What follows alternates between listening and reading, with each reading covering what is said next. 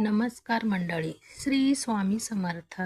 स्वागत आहे तुमची माझे या यूट्यूब चॅनलमध्ये. आजचा दिवस तुम्हाला खूप छान सुखाच्या आनंदाच्या जाऊ हीच मी स्वामींच्या चरणी प्रार्थना करते आणि आज या नवीन व्हिडिओला सुरुवात करते.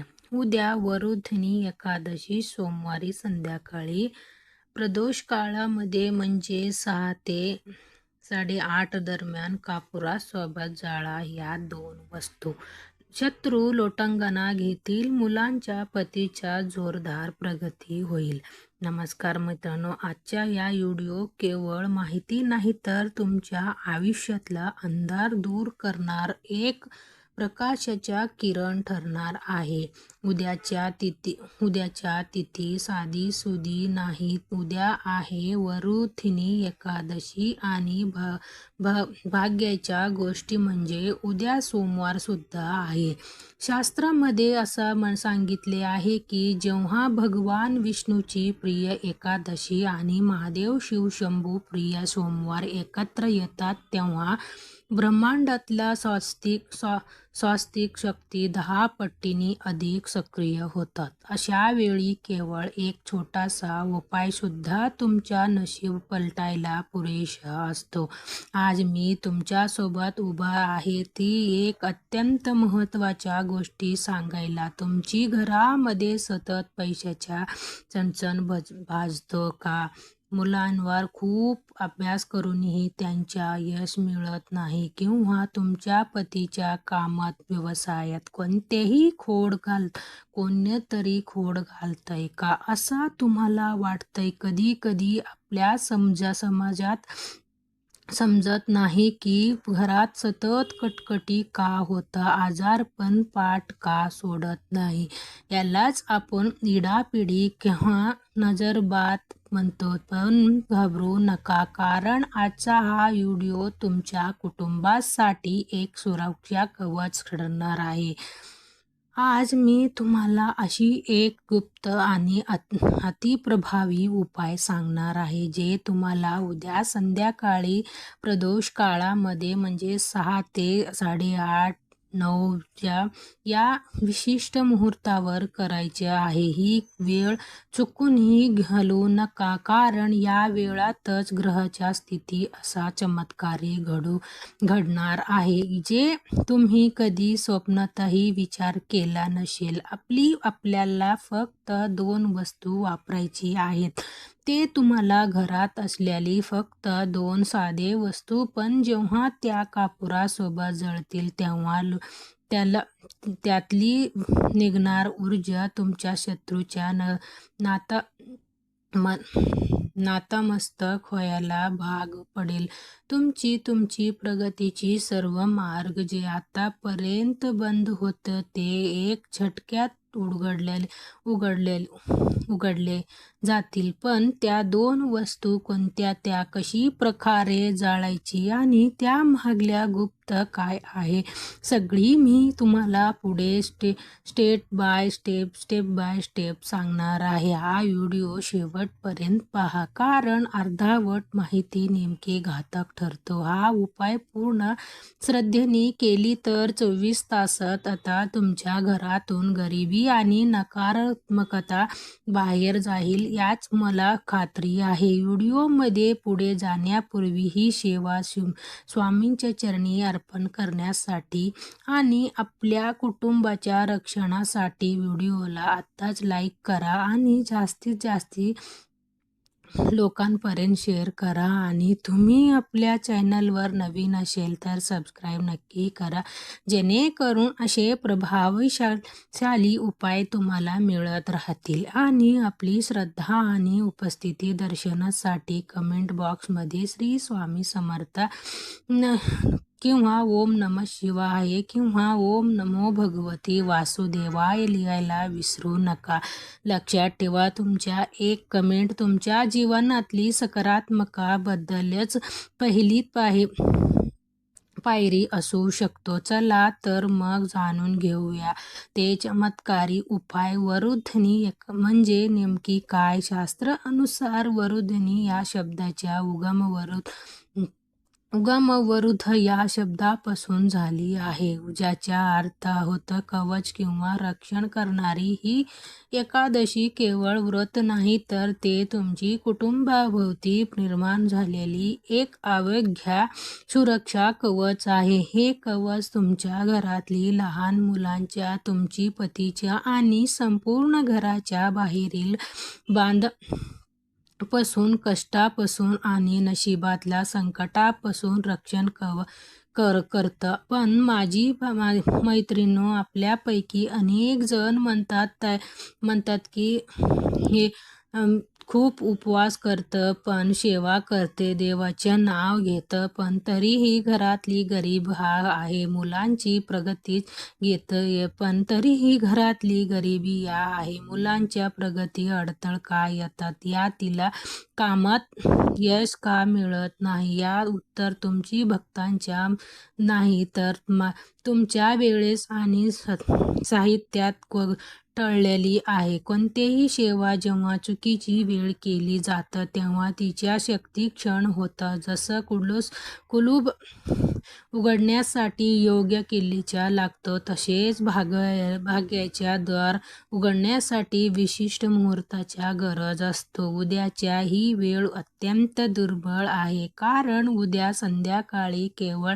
एकादशी नाही, तर त्याच्यासोबत प्रदोष काळ सुद्धा आहे. एकादशी आणि प्रदोष काळ यालाच महासंगम म्हणजे ब्रह्मांडातल्या नकारात्मक हा जाळून भस्म करण्याच्या सर्वात मोठी साधी. याच्या काळात माता लक्ष्मी आणि भगवान विष्णू पृथ्वीवर भरभ्रमण करत असतात. या विशिष्ट वेळात जेव्हा मी सांगितलेली त्या 2 वस्तू कापुरासोबत जळल, तेव्हा त्यातून निघणारे धूर तुमच्या घराच्या कान्याकोपऱ्यावर साठलेली दारिद्र्य आणि नजरबाध बाहेर खेचून काढतं.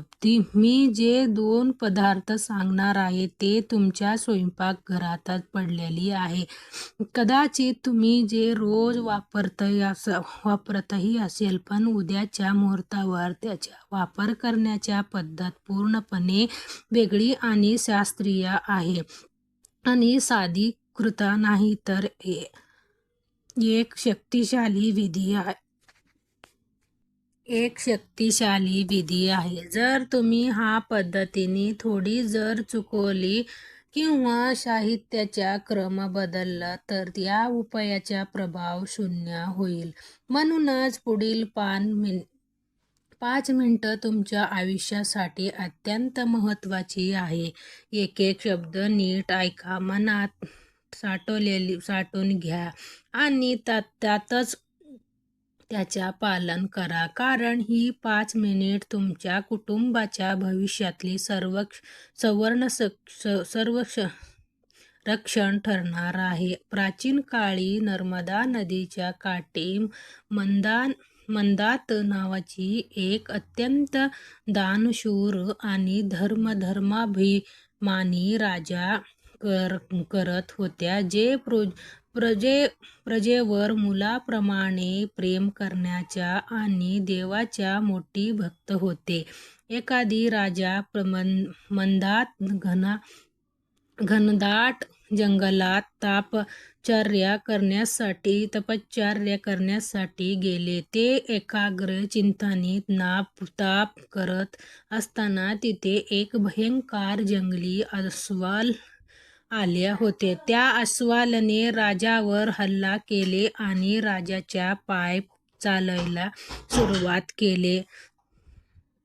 अस्वलाने राजाला ओढत जंगलात नेले. राजाला प्रचंड वेदना होत होत्या, पण राजाने धर्माची साथ सोडली नाही. त्यांनी अस्वलावर शस्त्र न उगारत संकटाच्या त्या काळात भगवान विष्णूच्या घाव सुरू केल्या. हे प्रभू, माझा रक्षण करा, अशी त्यांनी साद घातली.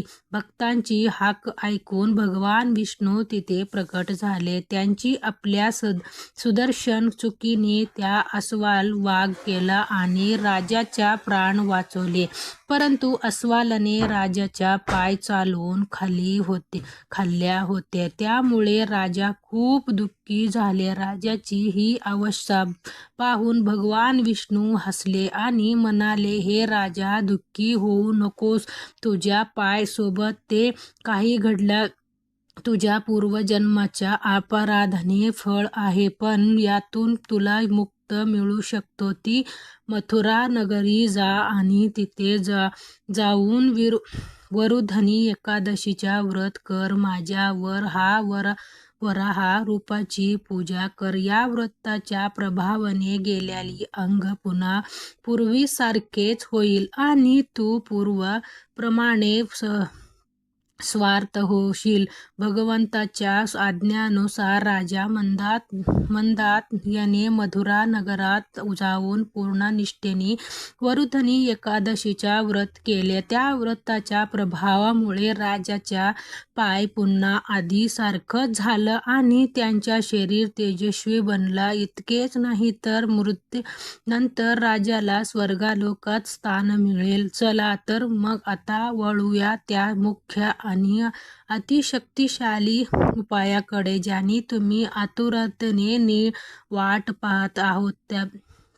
हा उपाय म्हणजे केवळ एक वेदी नाही, तर तुमच्या घराची ऊर्जा शुद्ध करणारा एक अग्नियज्ञ आहे. हा उपाय घरातली स्त्री म्हणजेच घराच्या लक्ष्मी केली तर त्याच्या फळ 10 पट अधिक वेगळे मिळतं. कारण स्त्रीमध्ये समजा शक्ती आणि संकल्प शक्ती सर्वात जास्ती असतं. पहिला जाणून घेऊया दिव्य साहित्य आणि त्यामागे गुप्तसुद्धा ऐका. भीमसेन कापूर. साधी कापूर वापरण्यापेक्षा शक्यतो भीमसेन कापूर वापरावे. भीमसेन कापूर हा नैसर्गिक असतो आणि यातून निघणारे धूर वातावरणातल्या नकारात्मक लहरींनी खेचून घेण्याच्या ताकद ठरतो. हे जळताना आवाज घ्या आणि सुगंध तुमच्या मनातली भीती नष्ट करतो. दुसरी वस्तू म्हणजे अखंड लवंग. अखंड लवंग म्हणजे शक्तीच्या प्रतीक, पण लक्षात ठेवा, लवंग फुलं तुटलेली नसावे. अखंड लवंग हे पूर्णत्वाचे प्रतीक आहे. 7 अखंड लवंग आपल्या शरीरातल्या 7 चक्राच्या आणि सप्तवर्ष प्रतिनिधित्व करतं. सप्तर्षीच्या प्रतिनिधित्व करतं. ही लवंग जेव्हा अग्नीच्या पडतो तेव्हा ती तुमच्या कुटुंबातील सदस्यांवर संकट स्वतःकडे खेचून घेतं. दुसरी वस्तू पिवळी मोहरी. रहस्य तुम्हाला काळी मोहरी पाहिली असेल, पण या उपायासाठी तुम्हाला पिवळी मोहरीच हवी आहे. तंत्रशास्त्र आणि वास्तुशास्त्र अनुसार पिवळी मोहरी ही शत्रुनाशक आणि इडापिडी नाशक मानली जातं. गरिबी आणि नजरबाण जळण्यासाठी पिवळी मोहरी सारखी दुसरी प्रभावी पदार्थ नाही. कृत्य करण्यासाठी विशिष्ट आणि गुप्त पद्धत सांगते, ऐका. आता नीट ऐका. ही एक कृती तुम्हाला संध्याकाळी 6 वाजून ते 8:30-9:30 पर्यंत वाजून या दरम्यान करायची आहे. या केवळ सूर्यास्ताच्या ऊर्जा आणि एकादशीच्या तिथी आज मिलन वेळा सूर्याच्या ऊर्जा आणि एकादशीच्या तिथी मिळून झालेली असतं. पहिली पायरी सांगते, ऐका. सर्वात आधी एक तांब्याच्या किंवा मातीच्या स्वच्छ दिव्यात भीमसेन कापूर ठेवा आणि त्या प्रज्वलित करा. कापुराची जोड शांतपणे जळू लागली की त्यामध्ये एक पाहता आपल्या कुलदेवाचे स्मरण करा आणि 7 लवंग आपल्या उजव्या हातावर तळ्यावर ठेवा. आपले डोळे मिटून आपल्या मुलांच्या आणि पतीच्या नाव मनातल्या मनात घ्या. त्याच मार्गातली सर्व अडथळे, नोकरी, व्यवसाय अडचणी आणि अभ्यासाला एकाग्रतेनं प्रभाव आणि अग्नीत जाळून भस्म होऊ द्या अशी तीव्र इच्छा घरा आणि लवंग हळूच त्या कापुराच्या अग्नीत अर्पण करा. त्यानंतर ना एक चिमूटभर पिवळी मोहरी हातात घ्या. तुमच्या मनातली जे काही भीती आहे, ते काही शत्रू तुम्हाला त्रास देत आहेत किंवा घरात कुणाची तरी नजर लागलेली आहे असे म्हटलं वाटत असेल, त्या सर्व नकारात्मक विचारांनी ह्या मोहरीमध्ये केंद्रित करा. आणि मोहरी म्हणजे तुमच्या घरातली दारिद्र्य आहे मानली गेलं आहे. अग्नीत टाका. जेव्हा ही मोहरी तडतड उडले तेव्हा समजा की तुमची घरातली नकारात्मकता बाहेर पडत आहे. धुराची विधी सांगते की ऐका. धूर जेव्हा निर्माण होईल तेव्हा ते दिवे हातात घेऊन संपूर्ण घरात फिरा. घरातल्या प्रत्येक कोपऱ्यात, खिडकीपासून ते आणि मुख्य दरवाजा बाहेर हात दूर जाऊ द्या. मुख्य दरवाजापाशी उभे राहून प्रार्थना करा की ईश्वरा, आजपासून माझ्या घरात फक्त सुख, शांती आणि समृद्धी प्रवेश होऊ दे. या घरामुळे तुमच्या घराभोवती एक आदर्श सुरक्षा कवच तयार होईल, ज्याला कोणतेही शत्रू किंवा कोणतेही नजरबाज भेटू शकणार नाही. लक्षात ठेवा की कृती करताना मनात पूर्ण विश्वास असू द्या. होणारीही नाही अशी शंका मनात आणू नका, कारण तुमच्या विश्वासाच्या तुमच्या उपायाचा मंत्र बनणार आहे. शत्रू लोटांगणा घेतील. 24 तासात तुम्हाला तुमच्या घरातली एक वेगळीच सतत शांतता आणि चैतन्य जाणवत. हे व्हिडिओ या उपाय झाल्यानंतर ना हातपाय स्वच्छ धुवून देवासमोर नतमस्तक. हा व्हिडिओ आवडला असला तर शेअर करा विसरू नका माझ्या व्हिडिओला. आणि असेच एक नेक्स्ट व्हिडिओ पर्यंत घेऊन येऊया. तोपर्यंत सर्वांना श्री स्वामी समर्थ.